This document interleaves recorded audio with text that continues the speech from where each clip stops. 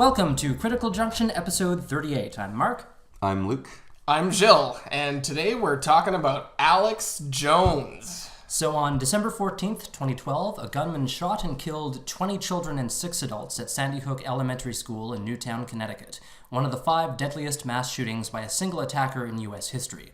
Now, the parents of 2 children killed in that attack have sued conspiracy theorist and nutritional supplement peddler Alex Jones for defamation, accusing him and his InfoWars website of advocating, quote, false, cruel, and dangerous assertions, end quote.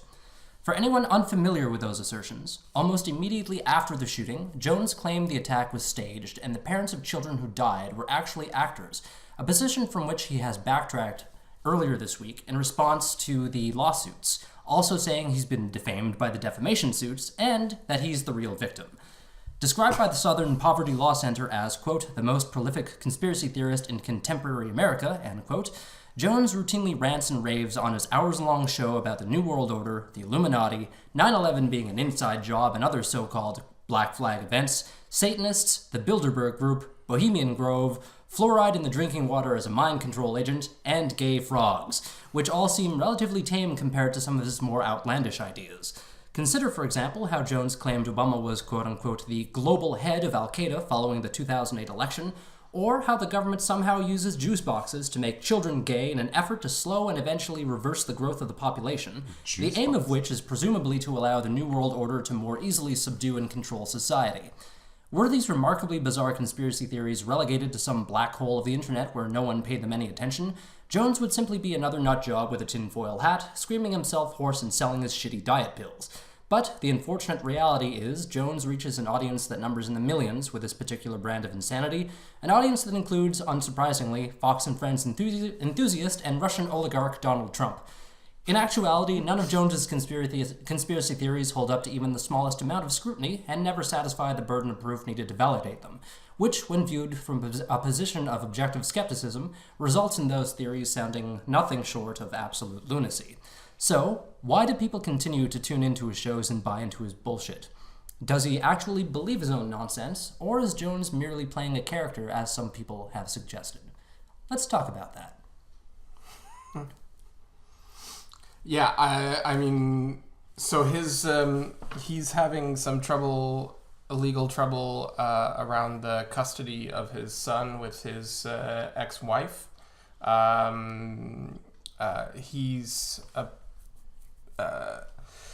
His ex-wife has spoken about like how he was abusive in the relationship, and now he's kind of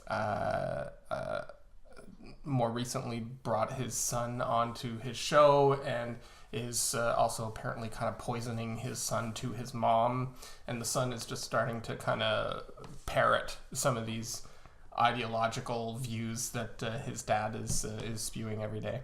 So do you think he's actually, like, does he really believe in what he's saying? Or according to his wife, to his ex-wife, this is exactly who he is. Like he's completely sincere about all this stuff. And I mean the fits of rage that you see him spin out into on his show, apparently he did that in his personal life, and I mean, if it's not real, then the guy deserves an Academy Award because it absolutely appears completely sincere. I don't think he's as benign a dude as. He's actually been accused of sexual misconduct on a couple of occasions. Oh fuck! Too. Really? He's one of those guys. He's one of those guys too. Yeah, I think 2 separate allegations were brought forward against him. Huh? Yeah. Wow. So you got to think that the guy has, human relationship problems. Being that guy, he has all kinds of problems. But yeah, like, well, I mean, he's often made statements like, "I'm not bragging. I've literally had thousands of women, and I'm not bragging. I've literally read thousands of books." And sounds like Trump. Yeah, exactly. Trump loves him, and Trump loves him, and he obviously loves Trump. Trump actually called into the show. I think it was before the election, and said that he's really proud of the work that Jones is doing, and that he has an amazing reputation and that he won't let him down once he becomes president. Yeah, I think that was during the campaign. And after Trump was elected, InfoWars was actually given White House press credentials. Yeah, along with Breitbart. Yeah. And some of the other reputable news outlets lost their credentials. What does that mean exactly? It means they were invited to Alex Jones would have been welcome to press briefings at the White House as a representative of the media. Wow. Mm-hmm. This is like explicit. This is specifically a site that's dedicated to peddling conspiracy theories and bullshit. Well, conspiracy theories and dietary supplements. That's how he sells dietary supplements. He'll take a break during his 4-hour show to sell like nutritional supplements and weird. Like he has a Bill Clinton rape whistle that he sells on. I don't know if he still sells it, but at one point John Oliver did a bit on Alex Jones, and they bought everything in the store, including the Bill Clinton rape whistle. Yeah, it's just a whistle that has a lanyard that says Bill Clinton? Bill Clinton rape whistle, I think is what it says. Yeah. The hell? Yeah. The thing that I found kind of amazing is how much of the stuff that comes from InfoWars have already ended up subjects of our podcast. He's absolutely like run the gamut of them. I mean, he's the source for from Pizzagate to Ancient Aliens to Deep State. Like absolutely every single conspiracy theory you can think of, he's into it. Well, he speaks for a long time when he does his show. Like, how often does he do this show? Usually about 4 hours. 4 hours. It's about 4 hours, and I think it's every day. But to touch every day, like that's a whole cornucopia of basically he just lives most of his day at his ridiculous studio. brain juice coming out. Like he's talking a lot. Of course, he's going to cover a lot of territory. Bullshit territory. But like, I mean, that just attests to how much of this shit has to be half baked. Yeah. Right? Like it's so half baked that Snopes has an entire section of their archive dedicated to InfoWars bullshit. Oh yeah, really? Yeah, like an entire section just dedicated to InfoWars and Alex Jones and everything. Oh yeah, but Snopes is a George Soros front. Turn the friggin' frogs gay. That has got to be one of the funniest things that's ever come out of Alex Jones's mouth. Well, that's the thing, though, because it becomes entertainment. Like you can just listen to him as comedy, I guess. Yeah. If you wanted to. So that's kind of the insidious part of it, right? Some of the people just consume it as entertainment, and then other people, like the president of the United States, of the United fucking States, like take it for real shit, you know, like take it seriously. Well, it's hard. And like with the Pizzagate thing, for example, which thankfully do you know what Pizzagate is? No, educate me. Okay, so Alex Jones came out with started reporting on this conspiracy theory that senior Democrats like Hillary Clinton and John Podesta were running some kind of pedophile sex ring out of a pizza shop, out of the basement of a pizza shop called Planet Ping Pong or Comet Ping Pong.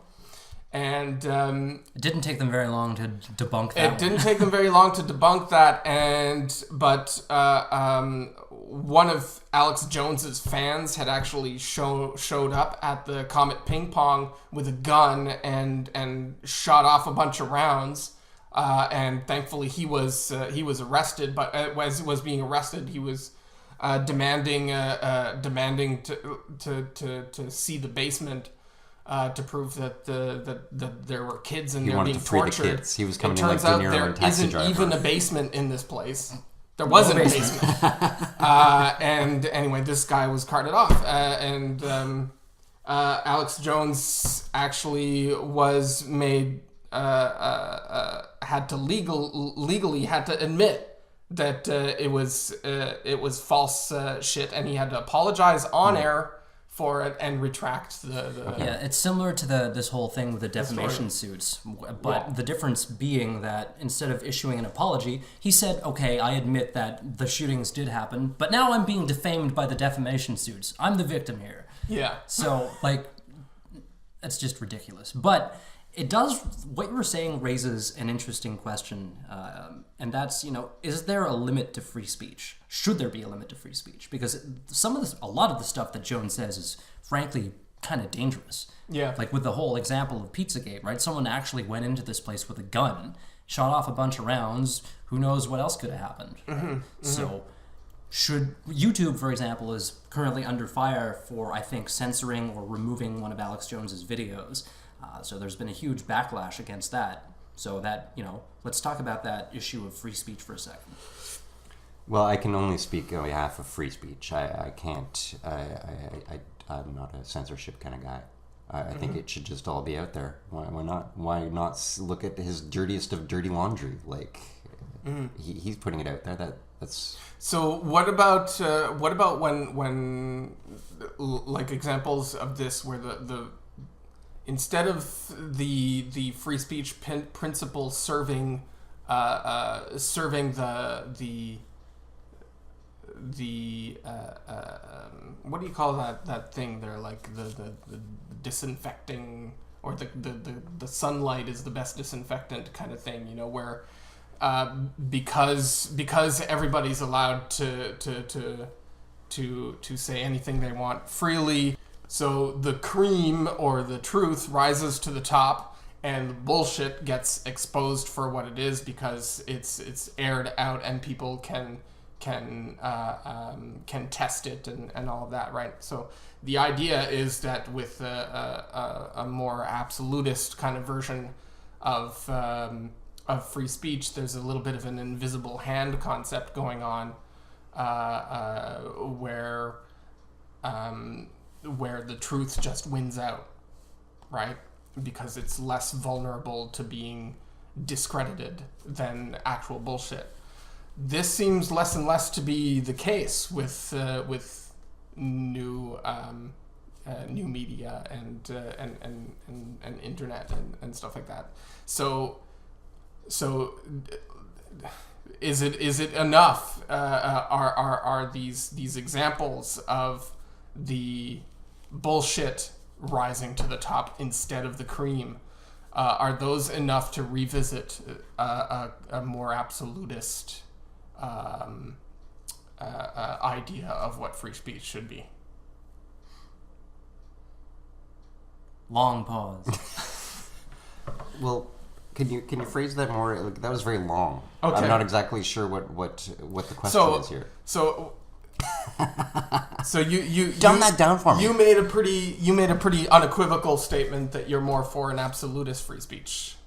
I suppose. An absolutist like everything should be able to be said. Just leave it out. No matter what, everything. It's not to say that everything should be pursued in that sense, but what I mean is that I'm against censorship. I'm against the censorship of stupidity. It's there. Yeah. Now I don't. It's not to say that I think that the cream will rise to the top. But it's not like, should there be a vetting of stupidities?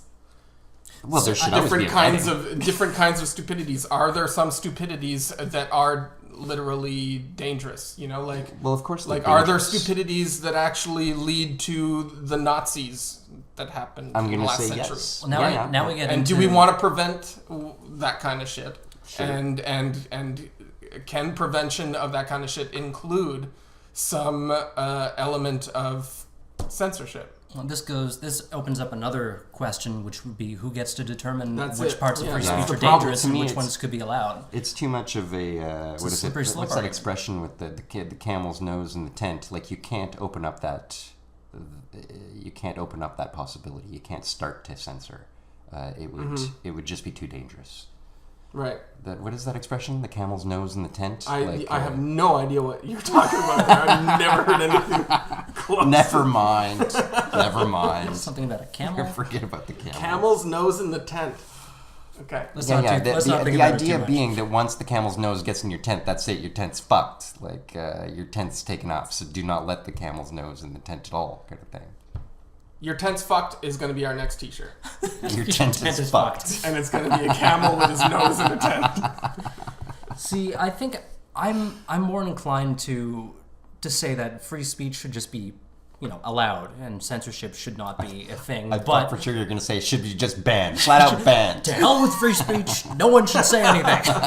Yeah. No more talking. Enough's enough. But I think censorship is a bad idea, because then who gets to censor and who gets to make that determination, right? But at the same time, we need a counterbalance to people like Alex Jones. We need could we be the anti-Alex Jones show? Should we just respond to someone should be out there responding to the bullshit and putting the facts out. But the problem with that is people don't like facts. They like weird shit that sounds, the crazier something sounds, the more likely it is someone's gonna jump on that bandwagon. It's more so entertainment. Mm-hmm. It's for the entertainment value, especially with people like Alex Jones, right? Because he talks the loudest. He rants and raves for hours and hours and hours, and people are just glued to it because it's entertaining. Facts are not entertaining. Mindless, impassioned certitude is always going to be more compelling than sound argument. Right. Even if objectively speaking, one is completely not credible and the other one is completely what we should only be concerning ourselves with. Right. But it's just a fact of life that the opposite of what should happen is what is going to happen forever. Mm-hmm. That sounds like another t-shirt. Can't put out too many shirts. I got a whole bag of t-shirts right here. Bottomless bag of t-shirts. So I don't know what the solution is. He'll just be allowed to continue shouting about gay frogs and the Illuminati and the Bilderbergs. I lean more towards a more absolutist idea of free speech. It's funny because you're calling it absolutist, so right away I'm skeptical. I'm like, I'm not so sure. Yeah. Good. I think John Stuart Mill was the first big philosopher to explicitly lay out the argument for free speech. Okay. And he fits under utilitarianism. Is that correct? Yeah. So the greater good for the greater number was one of the big agendas he pushed. Yeah. So he comes after Jeremy Bentham, who had more kind of simplistic arithmetic kind of utilitarian calculation. He even had these things called utils or whatever, where you can add up the goods. Always trying to turn it all into math. Balance the sheet like that. And John Stuart Mill kind of dragged that out of the realm of kind of absurdity, that even though he saw the good kind of foundation behind the idea and got rid of the more absurd stuff, and John Stuart Mill actually articulates a lot of the big legal principles that are foundational for modern society, social democracies and stuff.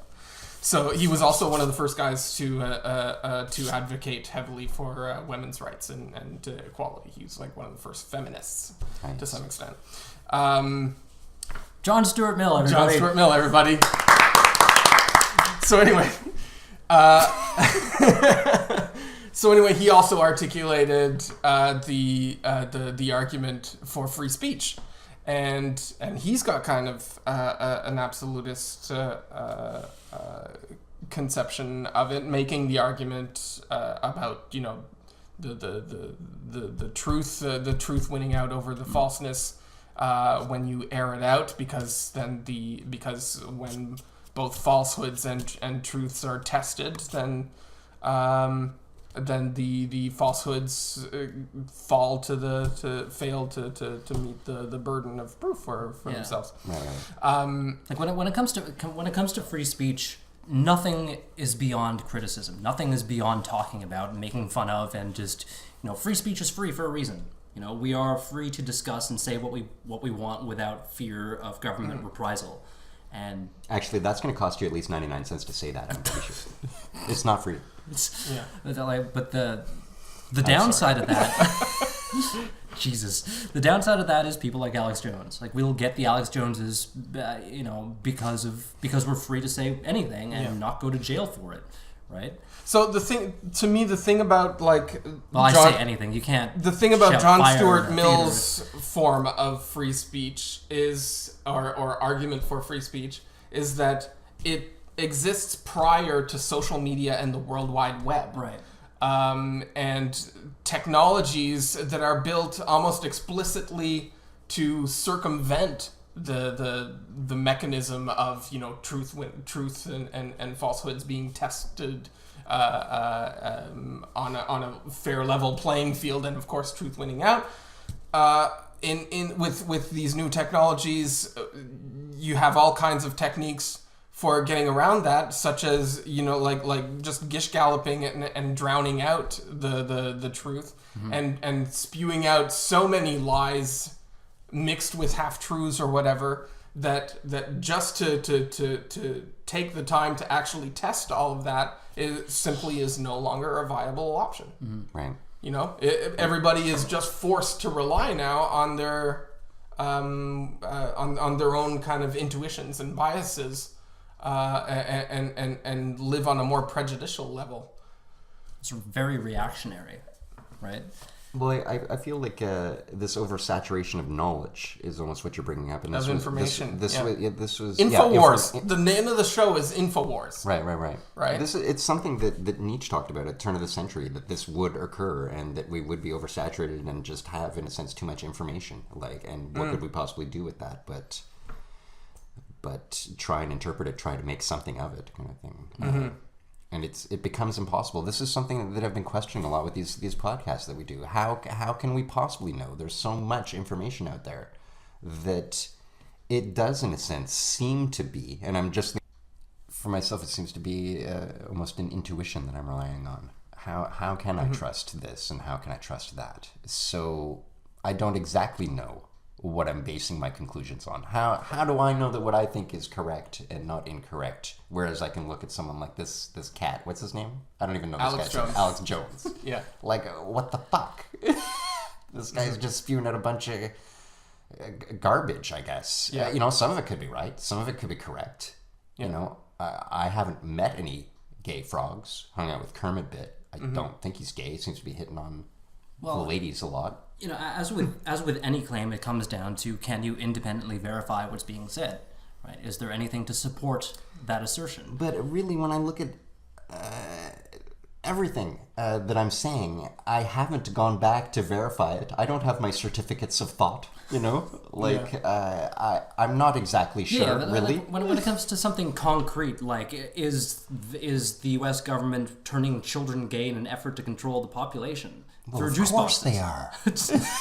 Like, that's something you can actually, you know, investigate and validate or debunk, right? Like, well, we can also immediately dismiss it and go, that's just ridiculous. But how exactly are we doing that? And what's the line of thought that we're doing? We're pretty much dismissing it right away. Yeah. We're not even really considering it. But there's a reason why you can dismiss that, and it's because of a total absence of substantiating evidence. Right? Yeah. There's what can be asserted without evidence can be dismissed without evidence. Well, this does seem to be a man that is just spouting out a bunch of very impassioned things. Very impassioned. We seem to be entertained by things like passion, right? This is something that we're passion valuing. and certitude are what's we're compelling. valuing this in at this moment in time, and we're giving things like specialists the opportunity. Like, we want people to speak in sound bites that sound very sure of themselves, and that isn't actually how things...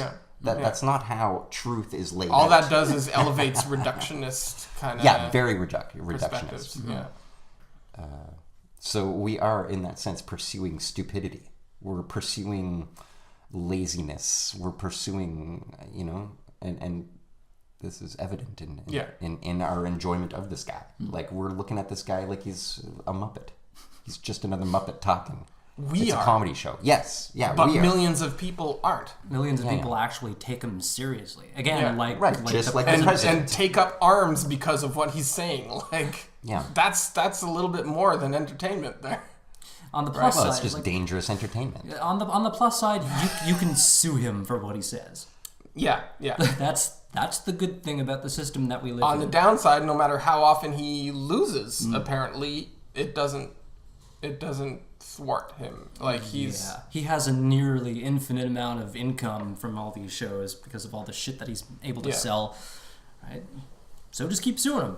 Eventually, you're bound to hit the bottom of his barrel, I guess. But I don't think it seems bottomless, really. This guy can keep on spewing the shit. Yeah, pretty much. Yeah. Well, then it becomes a question of, do you sue the outlet that he's on? It's his own outlet. He's basically made his own little carried on studio. Cable TV No, or anything. he's doing what we're doing. He just has more money to build himself an actual studio. I mean, we may be spewing untruths accidentally, you know. Mm-hmm. No, we're not. We speak the truth. No, you're right. We're right, everyone. There we go. There's another shirt. Yeah. We're right, everyone. And then the awkward silence, just us smiling. Are you convinced? Yeah. Oh, Alex Jones. It's sophistry, right? We're harking back to like Socrates and the war against the sophists that are just saying things that sound clever, you know? Oh yeah, the sophists have won. And the idea is that no, there is no winning. Like it's not a winning game, kind of thing, right? We're all just losing. It's a losing game. Yeah, I don't really know how you can win out against this kind of thing because he's just gonna keep going until he either dies or retires. He's probably gonna die first because of his blood pressure, but hypertension or something. Jesus, it's ridiculous. Red-faced and hoarse. Well, I'm gonna suggest the man was never alive. He's living more so a death. He's living death. Living death. He's a living death. Yeah. Yeah. I don't know. They're psychic vampires stealing the energy from the kids. To me, it's not a question of truth or not truth, even so much. It's a what are we pursuing here? In a sense, we have to pursue sort of a destruction of ill will kind of thing, right? The ill will that is behind this man is the thing that is causing destruction. I don't know if he's he got actually some hatred. This man, in his heart, and he's wrapping logic in the words of his ideological adversaries. Yeah, that informs everything that he does. Rage against an imagined enemy. Like there's nothing. It's like it's the empty boat thought experiment, right? There's actually nothing for him to be angry at, and yet he's still angry at it. You know? What's the empty boat thought experiment? The empty boat thing is you're rowing a boat across a lake or whatever, and it's foggy or dark, and you see out of the fog another boat coming towards you, and you're shouting at it like, "You fucking idiot! You're gonna smash my boat!" And then it hits you, and you realize there's no one in there. The boat was just coming towards you, and you're angry at nothing, right? And that's the epitome of Alex Jones's thought process. His head is an empty boat. You know, there's just nothing for him to be angry at, yet he keeps shouting and shouting about gay frogs and the Illuminati. You know, unsubstantiated claims about complete nonsense. In a lot of ways, I think that when we are angry at something, I know for myself, if I get angry at something, usually when I pull back and look at it, in retrospect, I go, oh, I was wrong. Like, I was making an error there. Even if I was correct, it still seemed to be an error that I was angry. Right. Yeah. There was nothing to be angry at. Exactly. That's the point of the experiment, right? There was no reason for you to be angry in the first place. There was no one in the boat, you know, with an ill intent to smash into you. You were just angry at a situation, and then you realize, well, there's no reason for that, so you let it go. At least you should, because then otherwise you turn into raving lunatic like Alex Jones. So am I getting sued for that? What we're touching at here is how can we possibly approach curing this man's heart of the disease that it has of war inside itself? You know, like how can we make that attractive? Because this is the truth that we want to pursue. Is getting rid of the anger in this guy's heart, so he isn't out there. I'm not sure that everybody can be fixed.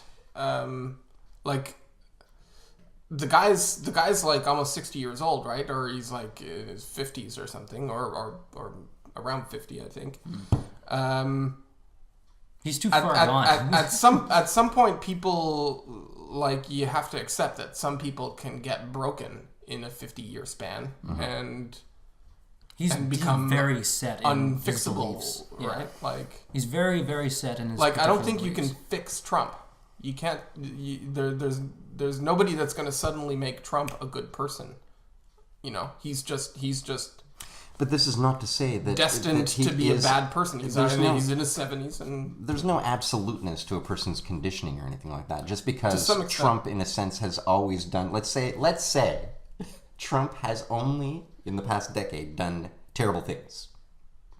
It's not to say that he won't or can't do a good thing. Like, there's no absoluteness to a person in that sense, is what I mean. No, I don't think there's absoluteness, but there's definitely, ingrained behaviors that are very, very difficult, if not impossible, to overcome. To escape, yeah. Yeah, especially with people, like Trump and like Jones, who hold these beliefs so adamantly that dismantling them is virtually impossible.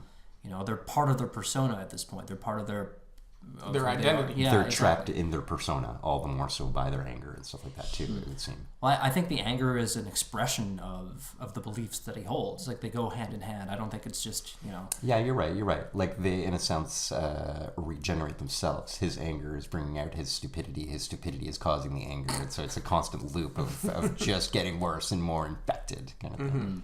Yeah. And then that spreads across the world with words. With words. He spews.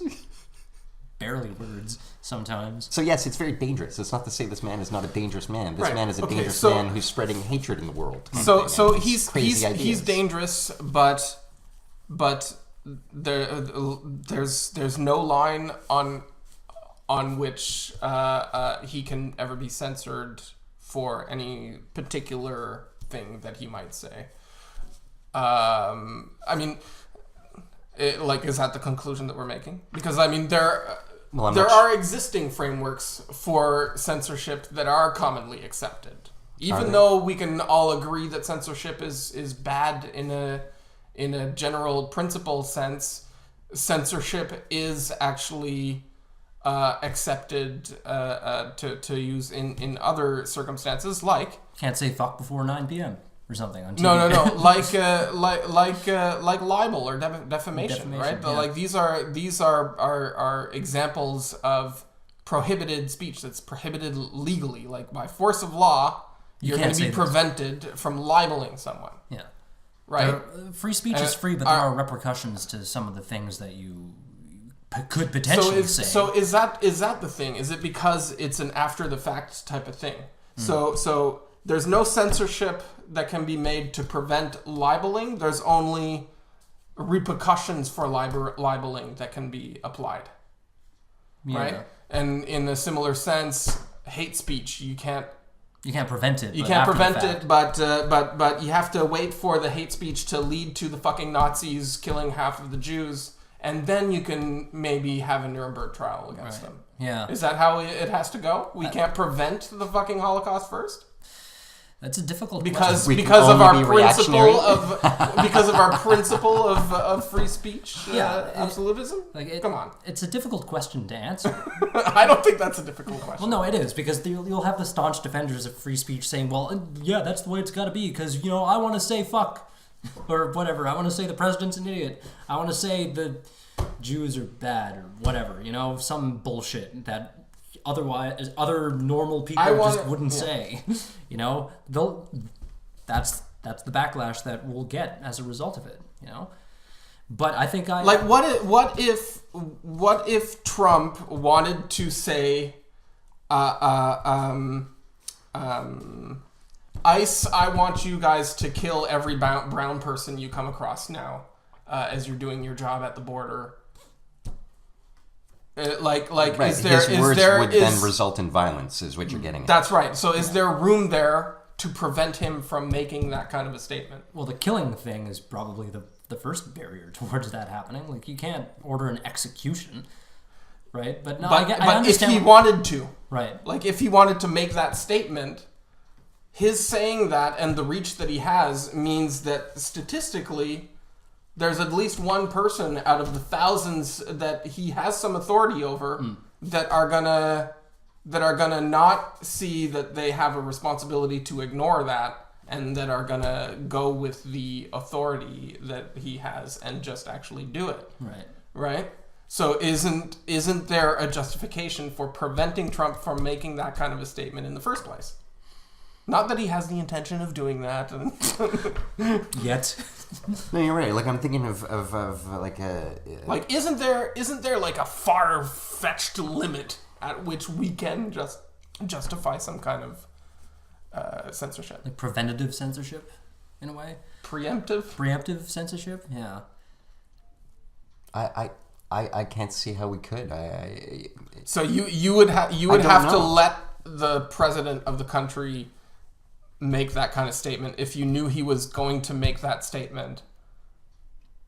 Or you would let Alex Jones find say something. It's very similar to the "Do you kill baby Hitler when you go back in time?" You know, do you do it if you can? You know, it's weird, abstract, hypothetical, moral questions kind of thing. You know, and. Well, as we move further into the information age, and like we get inundated with even more information than we have now, and social media propagates all these baseless opinions, the limits of free speech will become more and more important to talk about as a society and as a civilization, right? Because otherwise you end up with situations where you have someone saying something that ends up getting somebody else killed as a direct result of what they said, or the idea that we didn't prevent from happening in the first place.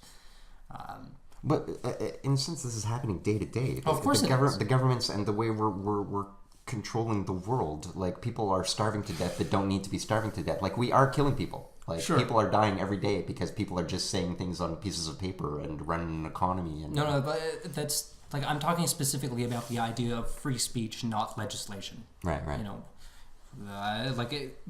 should there be a limit to that? You know, touching on what you were saying, Gilles, should there be preemptive So more than just should there be a limit, the limits that actually already exist, are they justified? And if they're not, why do you think the existing limits aren't justified? Which limits are we talking about specifically? Well, such as libel and hate speech laws that already do exist that would prevent someone in a position like the president of the country from making public statements inciting people to violence. Right? That's currently illegal. So you have to now make an argument to turn it legal. Well, I think if you disagree that's a reasonable limit on free speech. Well, I think the existing limits that you describe are perfectly justifiable. You know? But this guy right here, Luke, this guy, that guy, you guy, pointing at me, just said that even that extreme example of a president asking his immigration agents or his border agents to kill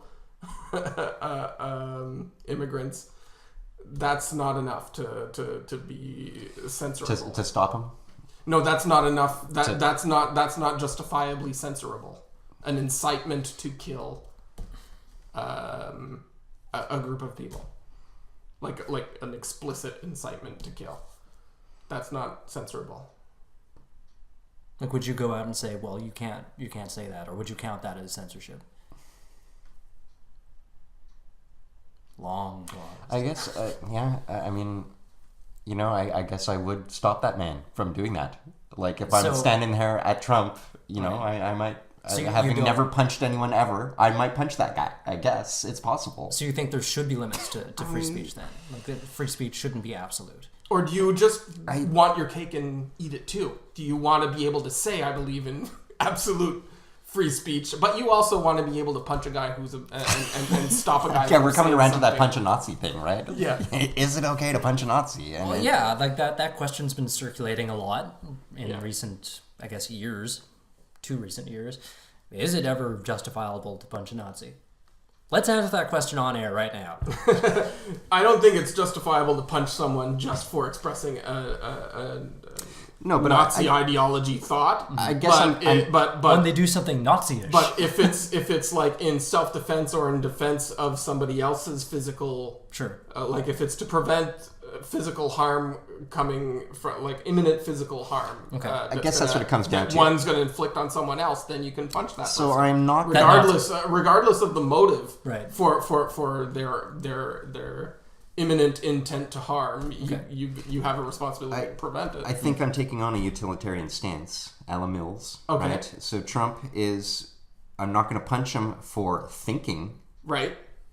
That's right. But I'm going to punch him to stop him from stepping up to the microphone to say, go out and kill people. That's what I'm saying, yeah. So I guess, yeah, you're right. So how do we How do we metaphorically punch Alex Jones to prevent him from saying something dangerous? Or inciting other people to do something based on what he said? You know, where do you draw the lines and stuff like that? With Alex Jones, like there's 4 hours worth of material every day that's being churned out. It really is a thing by thing. What do you call that? Case by case. A case by case kind of thing, right? Like, it's almost like I would want to attack not Jones himself, and I shouldn't say attack, but it's in a sense I want to help people not accept him as speaking the truth. Right. Like it's not that it's an agenda to not necessarily try to stop him, but stop others from taking them seriously. Mm-hmm. And that comes back to something that I keep harping on regularly on the show. It is the importance of, critical thinking faculties and logic and rationality, and being able to evaluate what someone is saying in order to determine whether or not that should be believed.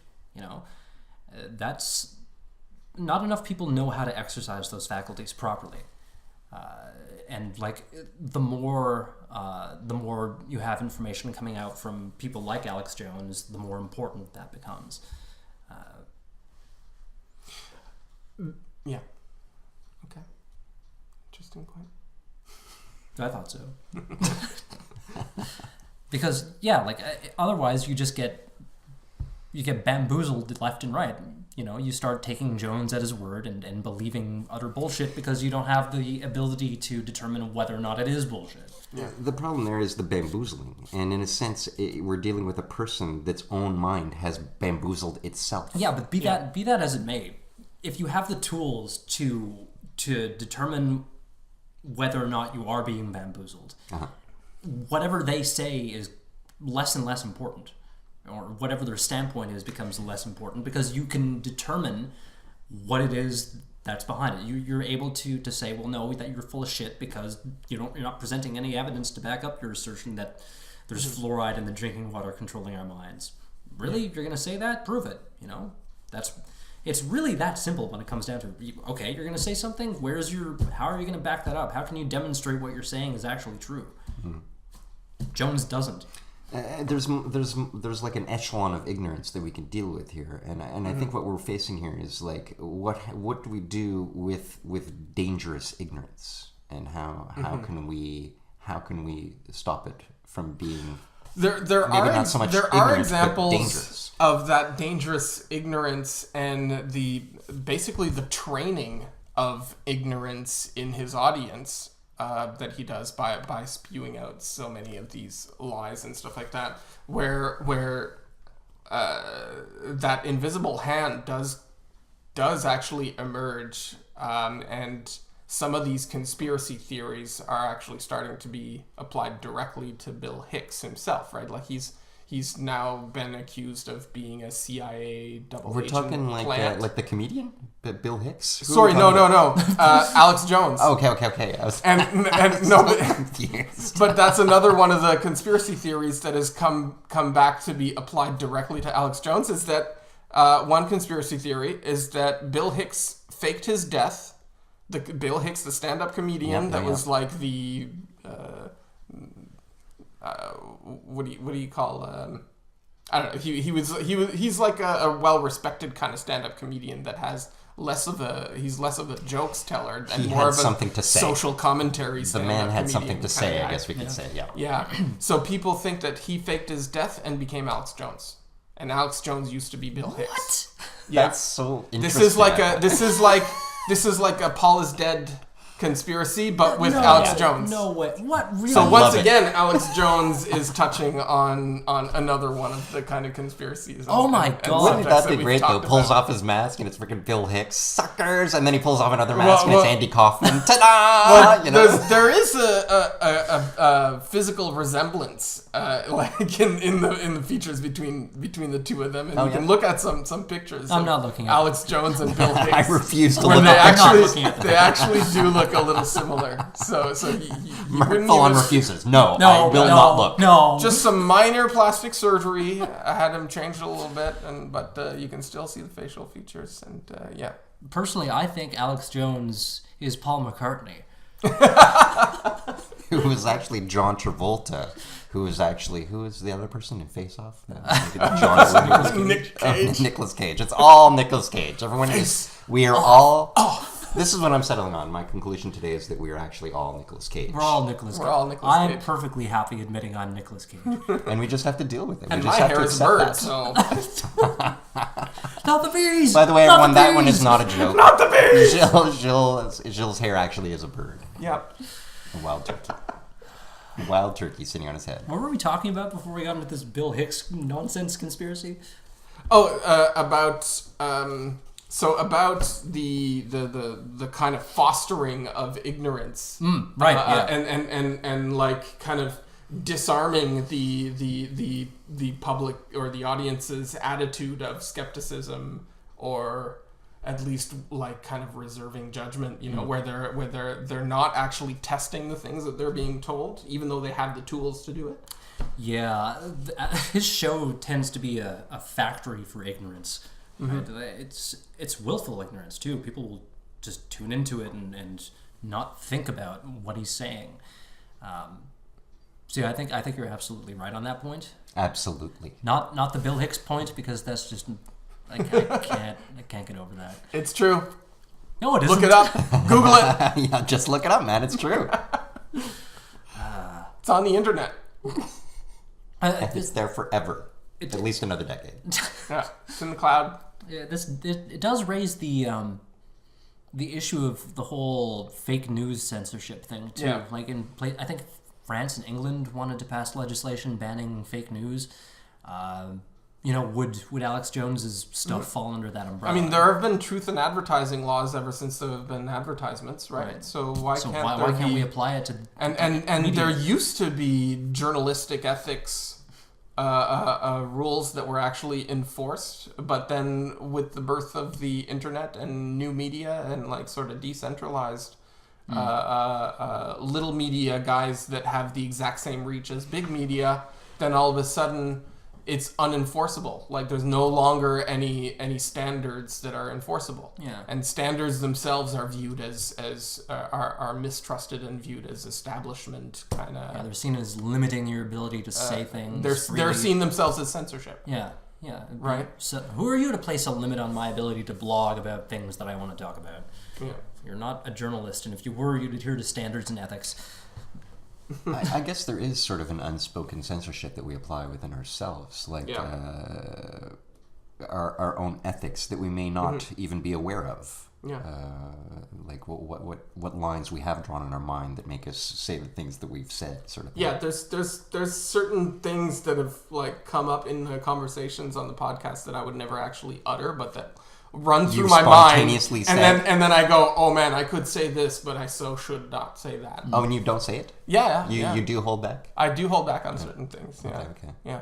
Interesting. I think I've held back on a couple of things too, but for the most part, I try to be as authentic as I can. But no, especially if it's just like a thought experiment kind of thing, like just an idea that I don't necessarily think I have the grounds to back up, but I think could be either hurtful or could just reflect badly on me, right? Like okay, hurtful towards others or myself. You hold back. You hesitate. Yeah. Okay. I imagine there's a certain amount of self-censorship that everybody does, like. Well, otherwise you're a sociopath. I guess maybe I'm a sociopath. Yes. No. I was gonna say I'm attempting to purely vomit like my thoughts here, so that you guys can then go, no, Luke. Yeah. That's pretty crazy. And then force me to look at it and go, you're probably right. I don't know why I said that, But I mean, like we can all put ourselves into like an experimental brain space where we're just like, what's the most evil, insulting thing that I can just speak right now or espouse, well, I wouldn't be able to determine what would be the most evil in the sense of doing some sort of a damage or something like that. I'm not sure. Not necessarily. Well, like just the vilest thought that comes to mind. I guess. Or things that I know are on some level even like technically illegal. You know, like some of this kind of like incitement violence stuff, or like let's all three of us go to the airport and start yelling bomb. You know, let's not do that. You know, we're self-censoring right now because like we could do that right now. In case CSIS is listening, we're not doing that. That's just an example. But if you'd like to... Yeah. If CSIS would like to sponsor the show... Yes. We promise we won't go yelling bomb. That's right. No. Well, we promise to not do that anyway. Yeah.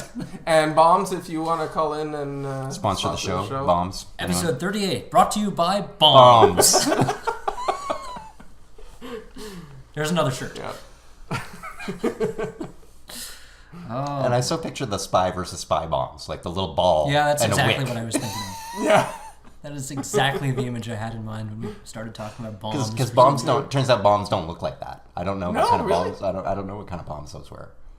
But. Didn't they ever? I'm at one point they did. They were like big volleyballs. Basically like a cannonball, but with its own charge inside. Really? Like this was a bomb. It was a like bomb. bombs did look like that. Yeah. It wasn't just cannonballs that they stuck a wick on. Like we at some point had bombs like that. Yeah. When it's would we have basically had like bombs a grenade, like a launched grenade. Right? What war would have had those bombs? Okay, all right. Let's stop talking No, about I'm just trying to. I'm trying to look at the history. Look it up on your own time, Luke. Fine. Okay. I don't know. Maybe like the Civil War. Stop it! Stop talking about Is this what we're bombs. talking? Yeah. Maybe Civil War. Yeah. No, or maybe like I would've thought earlier than cannons. that, like French. Those are cannonballs. Like, there's no wick on the cannonball there. That's Civil War cannonballs. Stop. Truth is, I'm Stop totally talking. ignorant. Stop talking about bombs. Okay, Stop, sorry. Stop talking about bombs. Okay. Final thoughts on Alex Jones. Anyone? Don't watch. Don't watch Infowars. Yeah, don't encourage them. Don't encourage them. See, like, okay, originally my whole position on it would be, if we just ignore it, you know, what harm could it possibly... This was a couple of years ago, before he started taking off and advising the president. Like, if we just don't pay any attention to him, maybe he'll not do as much harm. Yeah, the whole ignore the trolls. But that doesn't work anymore. Strategy, It just doesn't work. Common wisdom or whatever. It's complete bullshit. Yeah. It doesn't work that way. Especially real life does not work that way. You can't. Unfortunately, you can't ignore him. He's still reaching millions of people. The best thing I can advocate for, like I said before, and I guess I'll make this my closing thought, would be to continue exercising and sharpening critical thinking skills and reason, rationality, skepticism, and evaluate the claims that this lunatic is making, and determine whether or not they're demonstrable within reality. And I guarantee you, the majority of them will actively not be. debunking every little lie that comes out. I guess... Is that it? Well, maybe not. The lies that you know, the lies that resonate. It takes a lot more work and energy to debunk a lie than it does to make a lie. It does.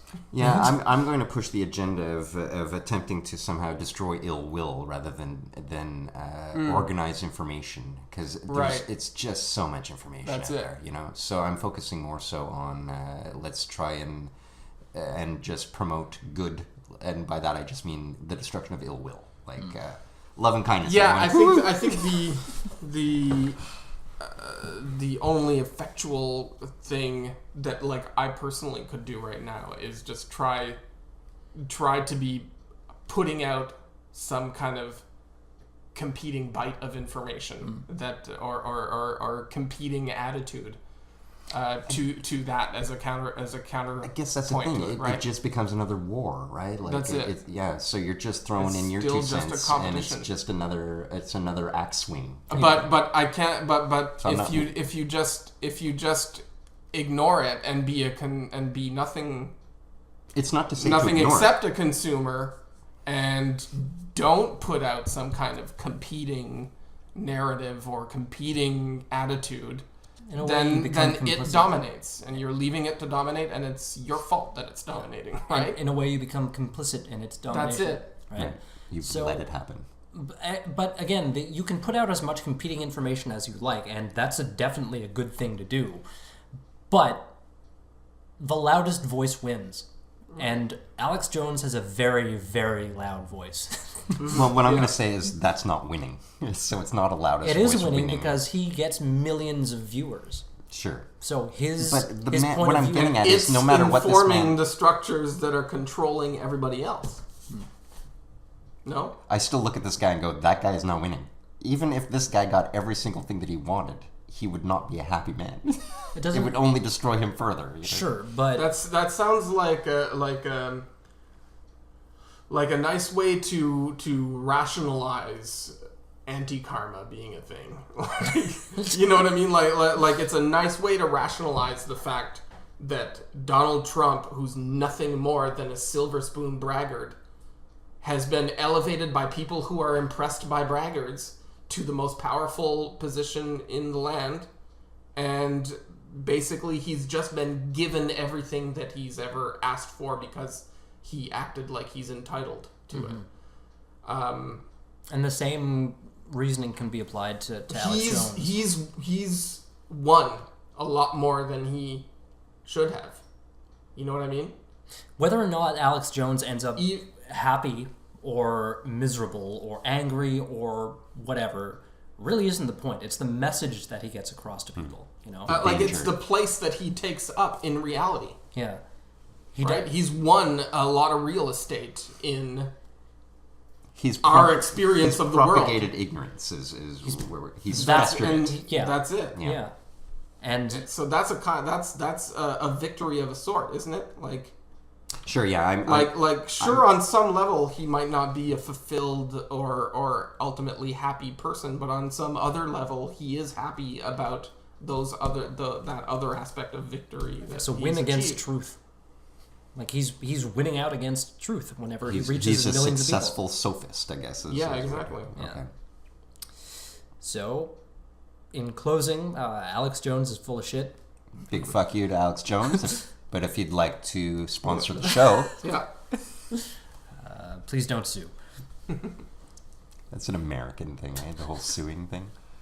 Mostly, like we don't do we sue people here? We can sue people here. We can. I'm pretty sure. But we just don't. Like, well, we're I'm not. pretty sure the whole Jian Gomishi thing was a civil trial and not a criminal one. Yeah, I think so. Anyway, that's a topic for another show. Jian Gomishi, yeah, possibly. Old news.